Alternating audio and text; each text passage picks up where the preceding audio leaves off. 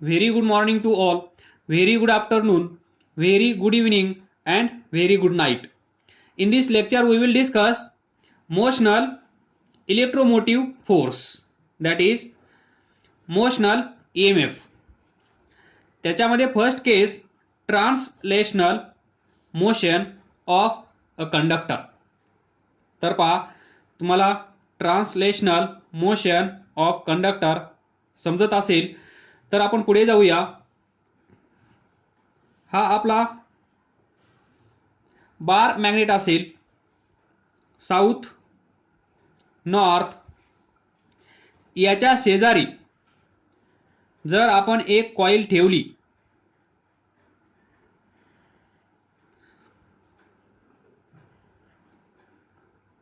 इथे लक्षात ठेवा, हे सर्किट कसं असलं पाहिजे, क्लोज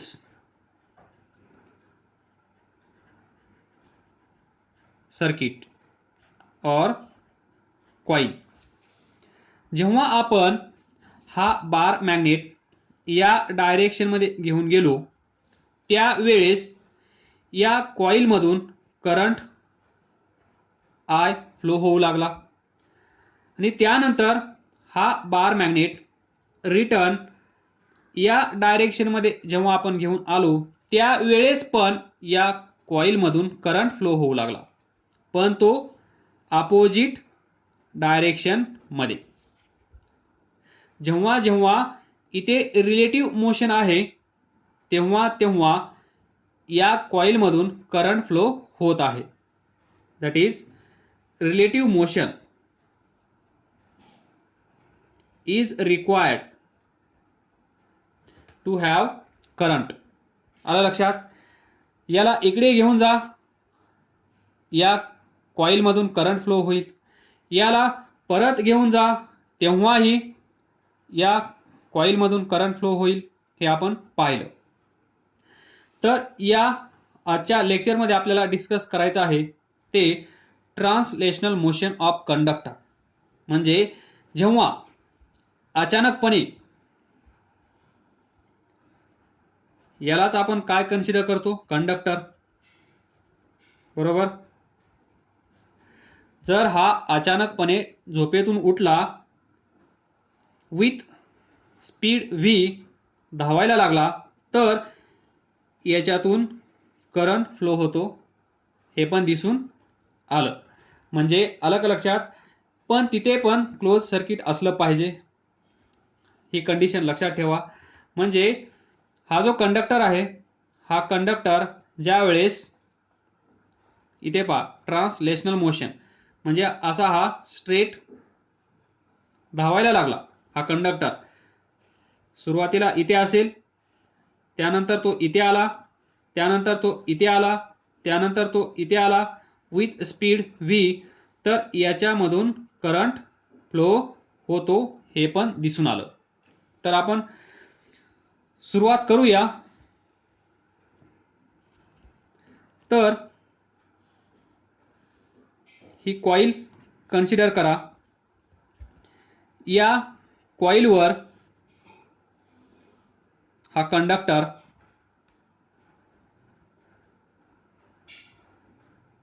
बरोबर, ए बी सी डी. पहा, ए बी सी डी हा एक क्लोज लूप आहे, क्लोज सर्किट आहे. आलं लक्षात? तर याला विसरू नका. ABCD is rectangular loop, बरोबर. ज्या वेळेस हा कंडक्टर अचानकपणे या डायरेक्शन मध्ये धावायला लागला, कदाचित त्याला इथे टायगर दिसला असावा, तो घाबरून या डायरेक्शन मध्ये पळत सुटला असावा. तर इथे पहा, इथे अवेलेबल असेल मॅग्नेटिक फील्ड. तर हा सिम्बॉल सर्वांनाच माहित असेल, याचा अर्थ पण सर्वांना माहीत असेल. इथे असा आहे मॅग्नेटिक फील्ड. त्याची डायरेक्शन, याचा अर्थ काय असतो? Going into the plane. बरोबर. तर इथे टायगर आहे, हा कंडक्टर घाबरला, या डायरेक्शनमध्ये पळत सुटला. त्यावेळेस काय होईल पहा. ABCD इनिशियल एरिया पहा. ABCDचा एरिया किती असेल? AD कन्सिडर करूया L,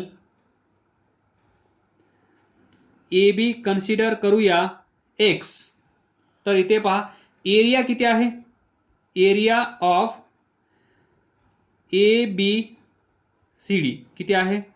L इंटू X. पण ज्यावेळेस हा कंडक्टर याला घाबरून या डायरेक्शनमध्ये पळत सुटला, त्यावेळेस हा जो एरिया आहे तो इन्क्रीज होत आहे की डिक्रीज होत आहे हे आपल्याला अगोदर शोधावं लागेल. आपण या अगोदर पाहिलं होतं. आलं का लक्षात? काय होत असेल?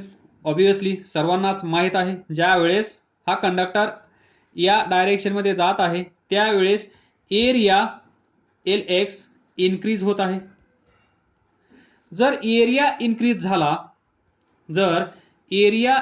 झाला तर मॅग्नेटिक फ्लक्सवर काय इफेक्ट होतो हे पण तुम्हाला माहीत असेल. बरोबर. तर पहा मॅग्नेटिक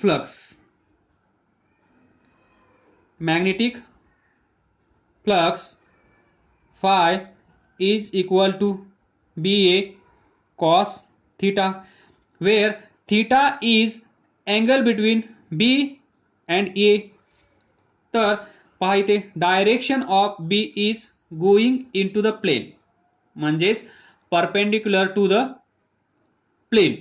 त्यानंतर A एरिया वेक्टर ABCD, हा ABCD याचा एरिया वेक्टर कसा असेल? याला परपेंडिक्युलर. तर इथे पहा हा लूप असेल, याचा एरिया वेक्टर याला कसा असतो? परपेंडिक्युलर. मॅग्नेटिक फील्ड पण याच डायरेक्शनमध्ये आहे, तर या दोघांमधला अँगल किती असतो? 0. तर phi is equal to BA. आलं लक्षात? तर पहा जर एरिया इन्क्रीज होत असेल तर मॅग्नेटिक फ्लक्स पण इन्क्रीज होत असेल. मॅग्नेटिक फ्लक्स इन्क्रीज होत असेल याचा अर्थ काय? तर मॅग्नेटिक फ्लक्स म्हणजे total number of magnetic field lines passing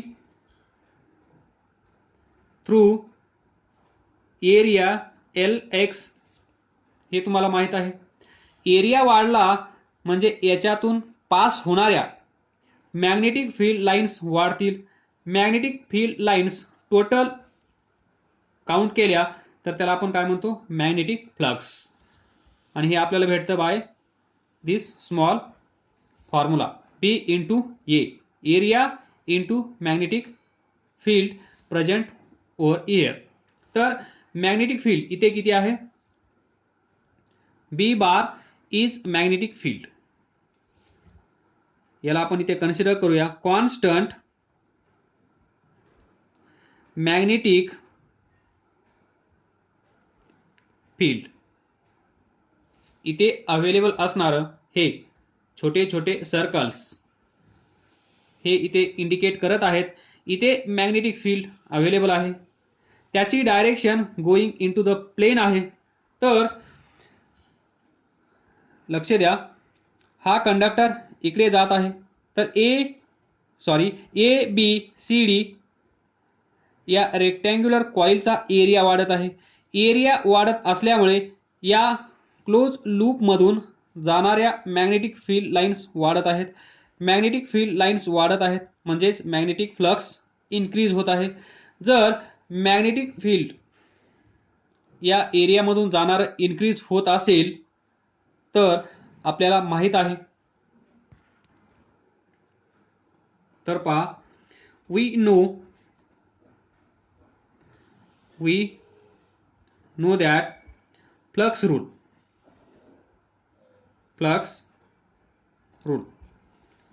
by flux rule we can write E is equal to minus d phi by dt, where phi is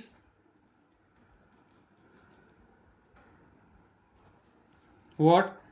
B A. Here A is area of this A B C D किती आहे? हे distance x आहे म्हणजेच length of AB is x, length of AD is L. तर area किती असेल? A is equal to L x. तर phi is equal to B L x. Equation 1, equation 2. Put this equation 2 in equation 1. तर पहा, E is equal to minus d BLX divided by dt. Here B is constant magnetic field B bar. L इथे पहा, हा conductor सुरुवातीला इथे आहे असं consider करा, तो इकडे जात आहे, त्यावेळेस ही L चेंज होत आहे का? AD चेंज होत नाहीये. तर हा पण कॉन्स्टंट, पण x पहा, position of this conductor BC change होत आहे. इथे एवढे डिस्टन्स आहे, इथे एवढा आहे, हा इथे येईल काही वेळानंतर, त्याचा डिस्टन्स इन्क्रीज होत असेल तर x इज व्हेरिएबल. तर इथे पहा, minus B L D X by D T E is equal to taking magnitude only, that is minus गायब होईल, B L D X by D T. तर सर्वांनाच माहीत आहे D X by D T म्हणजे काय. D X by D T म्हणजे काय? It is rate of change of displacement with respect to time. तर D X by D T is equal to V, velocity. So B L V. This is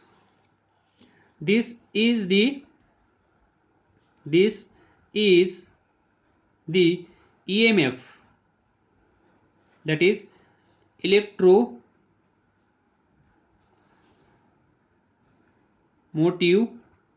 force. This is the magnitude of electromotive force due to motion of conductor. हा conductor motion मध्ये आल्यामुळे याच्यामध्ये EMF तयार झाला आहे, बरोबर. त्यालाच आपण म्हणतो इलेक्ट्रोमोटिव्ह फोर्स. आणि हे जे EMF आहे, हे EMF कशामुळे आला आहे? Due to motion of conductor. म्हणून याला आपण म्हणतो motional electro, in short motional EMF. आलं लक्षात. Where V is velocity of wire or conductor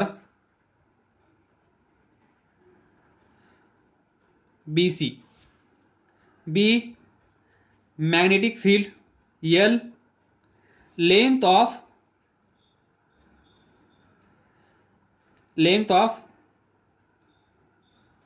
conductor or wire BC. आलं लक्षात.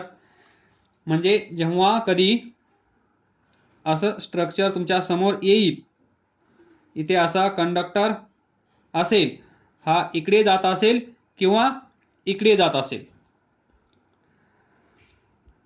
इकडे जात असेल तर एरिया कमी होत असेल. एरिया कमी होत असेल म्हणजेच याच्यातून जाणाऱ्या मॅग्नेटिक फ्लक्स, एरिया कमी म्हणजे मॅग्नेटिक फ्लक्स कमी. जर हा इकडे जात असेल तर एरिया इन्क्रीज होत असेल, फाय इन्क्रीज होत असेल. त्यानुसार आपण डिसाईड करू शकतो याच्यामध्ये जे EMF तयार झाला आहे ते किती असेल. ते असेल B into L into V. B म्हणजे इथे अवेलेबल असणारं मॅग्नेटिक फील्ड, L म्हणजे याची लेंथ, V म्हणजे याचा स्पीड. आलं लक्षात. आणि इथे एक गोष्ट लक्षात ठेवा, B direction of B, L and V कशी असली पाहिजे. तर इथे पहा,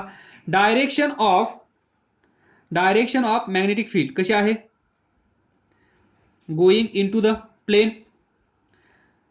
लेंथ कशी आहे, कंडक्टर असा आहे,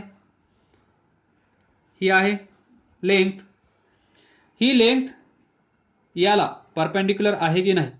तर पहा, magnetic field going into the plane असा आहे. ही लेंथ पहा, या पेनला परपेंडिक्युलर आहे की नाही, तर यस. म्हणजे मॅग्नेटिक फील्ड या कंडक्टरला या कंडक्टरच्या लेंथला कसा आहे, परपेंडिक्युलर. त्यानंतर V पहा, V असा आहे. हे V या लेंथला परपेंडिक्युलर आहे की नाही, आहे. इथे magnetic field going into the plane आहे असं. त्यानंतर direction of velocity of this conductor कशी आहे, इकडे. तर इथे पहा, हा पेन पण याला परपेंडिक्युलर आहे.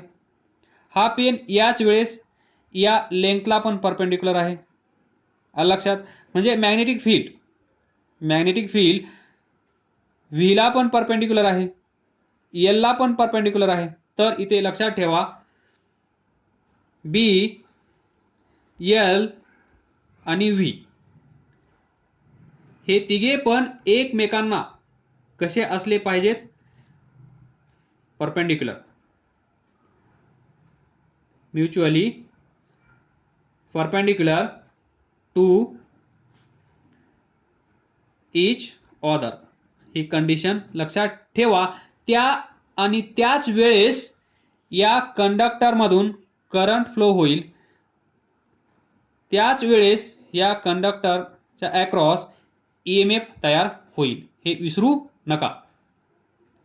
तर इथे तुम्हाला माहित आहे, हे discussion phi is equal to total this magnetic flux over this area. कसं फाइंड करतो आपण, time varying magnetic field into this area. हे तुम्हाला माहित आहे. हा डॉट प्रोडक्ट असेल. तर A B of T dA cos theta. इथे कॉस थिटा किती आहे आपण डिस्कस केला आहे, फाय. तर इथे EMF तयार होत आहे, बरोबर.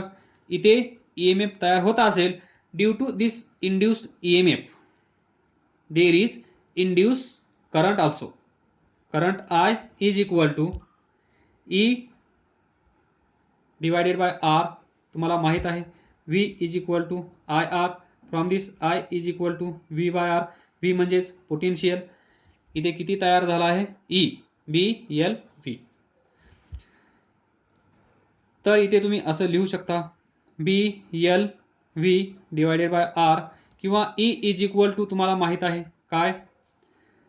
-1/R d phi by dt. This current due to this EMF. E हे पण आहे, E minus d phi by dt पण आहे. Negative sign. लेन्स लॉ लक्षात ठेवा. अपोज जो तयार करत आहे करंट, तोच करंट मॅग्नेटिक फील्ड तयार करेल आणि जे घडत आहे त्याला अपोज करत असेल. Now second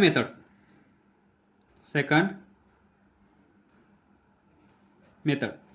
E is equal to BLV. हे कसं येतं ते आपण पाहूया. तर पहा, हा लूप आहे, हा कंडक्टर आहे, वायर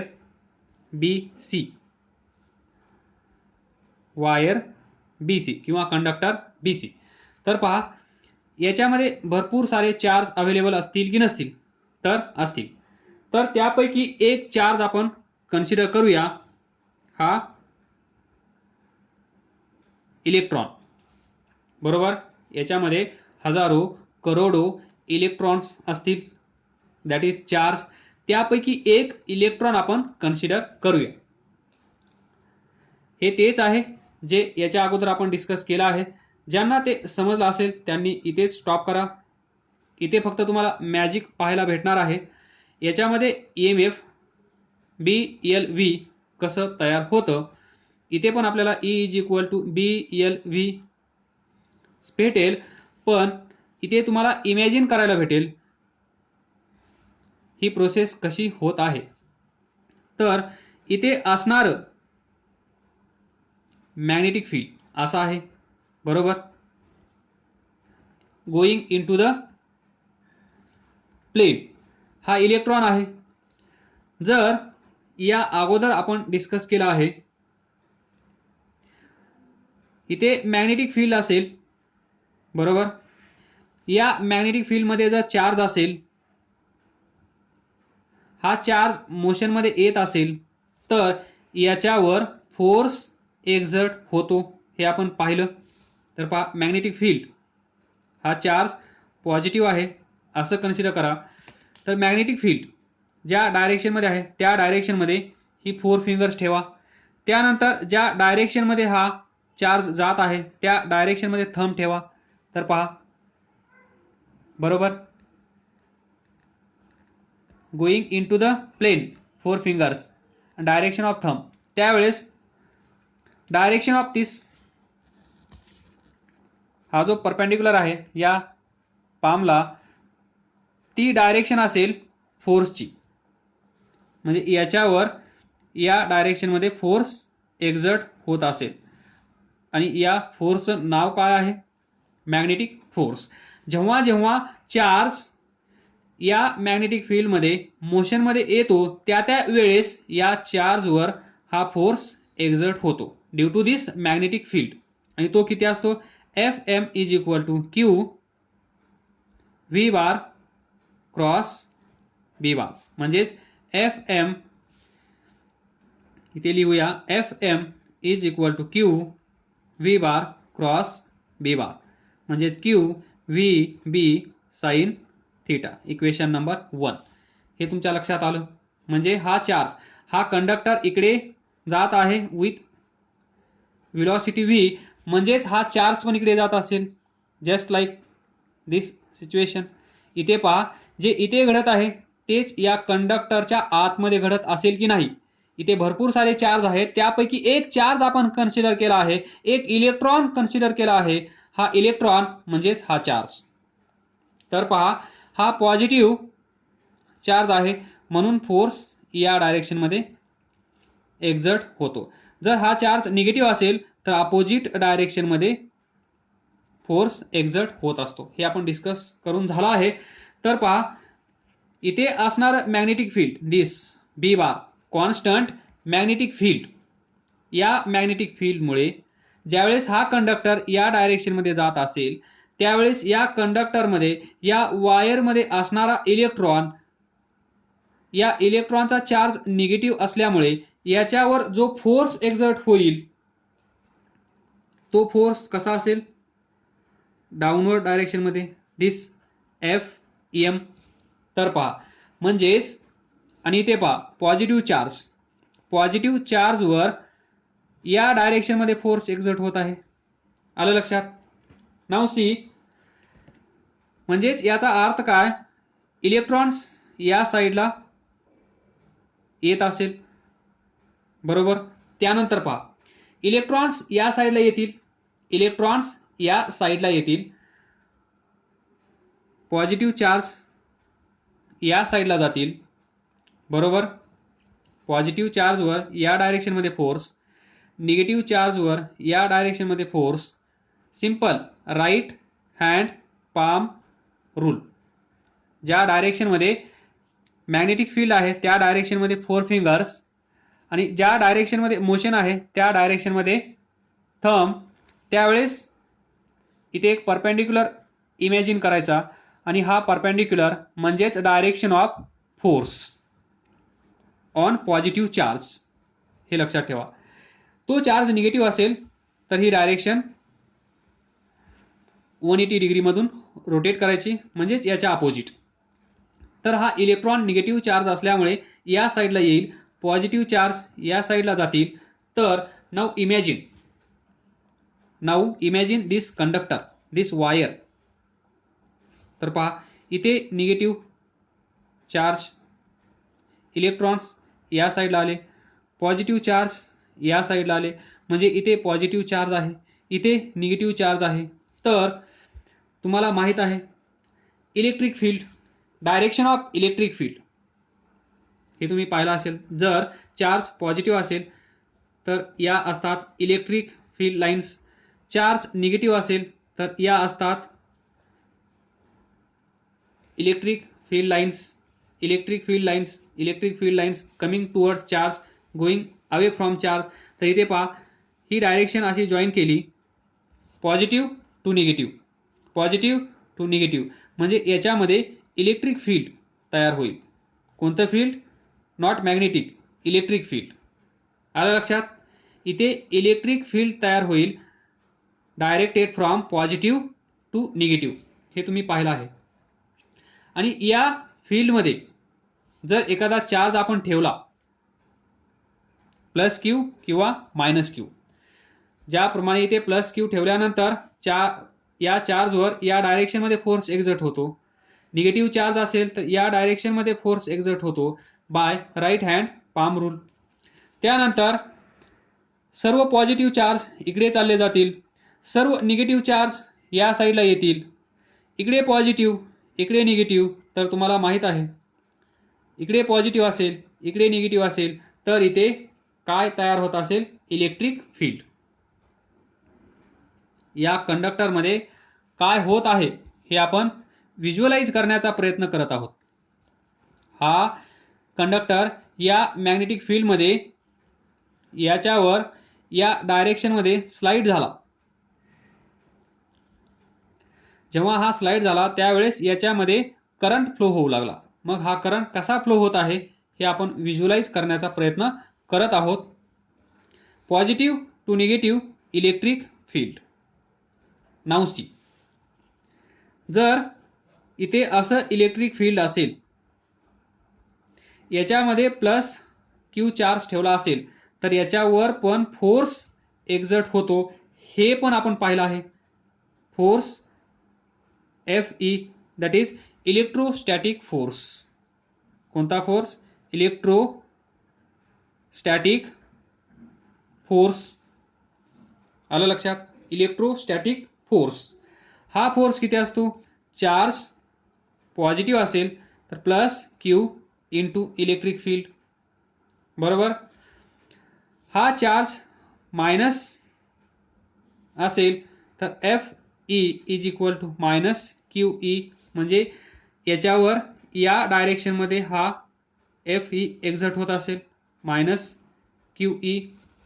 पॉझिटिव्ह असेल तर या डायरेक्शनमध्ये फोर्स एक्झर्ट होत असेल, हे पण आपण डिस्कस केलं आहे. इथे इलेक्ट्रिक फील्ड कसं जनरेट झालं आहे हे पण आपण पाहिलं. ज्यावेळेस हा कंडक्टर मोशनमध्ये येतो, पहा मी रिपीट करत आहे, ज्यावेळेस हा कंडक्टर याच्यावर असा स्लाइड होतो म्हणजेच मोशनमध्ये येतो, त्यावेळेस एखादा चार्ज हा कंडक्टर मोशनमध्ये आला म्हणजेच या कंडक्टरमध्ये असणारे चार्जेस ते पण मोशनमध्ये आले, म्हणजेच ही सिच्युएशन कशी आहे, अशी इथे जे घडत आहे तेच याच्या आतमध्ये घडत आहे. हे आपण असं बाहेरून एक चार्ज कन्सिडर करून ही सिच्युएशन इमॅजिन केली होती, पण असेच भरपूर सारे चार्ज या कंडक्टरमध्ये आहेत, या वायरमध्ये आहेत. जर ही वायर विथ व्ही स्पीड या डायरेक्शनमध्ये येत असेल तर याच्यामध्ये असणारे जेवढे चार्ज आहेत त्या चार्जवर according to this right hand palm rule force किती एक्झर्ट होतो हे आपण फाइंड केलं. तो फोर्स असतो एवढा, F M is equal to Q V B sine theta, where theta is angle between V and P. त्यानंतर सर्व पॉझिटिव्ह चार्ज इकडे जातील, सर्व निगेटिव्ह चार्ज इकडे येतील. निगेटिव्ह चार्ज इकडे आल्यामुळे, पॉझिटिव्ह चार्ज इकडे गेल्यामुळे इथे इलेक्ट्रिक फील्ड तयार होईल. इलेक्ट्रिक फील्डची डायरेक्शन तुम्हाला माहित आहे, फ्रॉम पॉझिटिव्ह टू निगेटिव्ह. मग या इलेक्ट्रिक फील्डमध्ये एकदा प्लस क्यू चार्ज कन्सिडर करा, एकदा मायनस क्यू चार्ज कन्सिडर करा. तर due to this electric field या इलेक्ट्रिक फील्डमुळे याच्यावर पण फोर्स एक्झर्ट होईल. मग फोर्स एक्झर्ट कसा होईल, जर हा चार्ज प्लस असेल तर ज्या डायरेक्शनमध्ये इलेक्ट्रिक फील्ड आहे त्याच डायरेक्शनमध्ये फोर्स एक्झर्ट होईल, हा असेल F E on plus Q charge. त्यानंतर जर हा चार्ज निगेटिव्ह असेल तर याच्यावर या इलेक्ट्रिक फील्डच्या अपोजिट डायरेक्शनमध्ये फोर्स हा असेल F E on minus charge. तर इथे आपण थांबूया. काय समजलं नसेल तर विचारा, इथून पुढे दुसऱ्या लेक्चरमध्ये आपण कंटिन्यू करूया.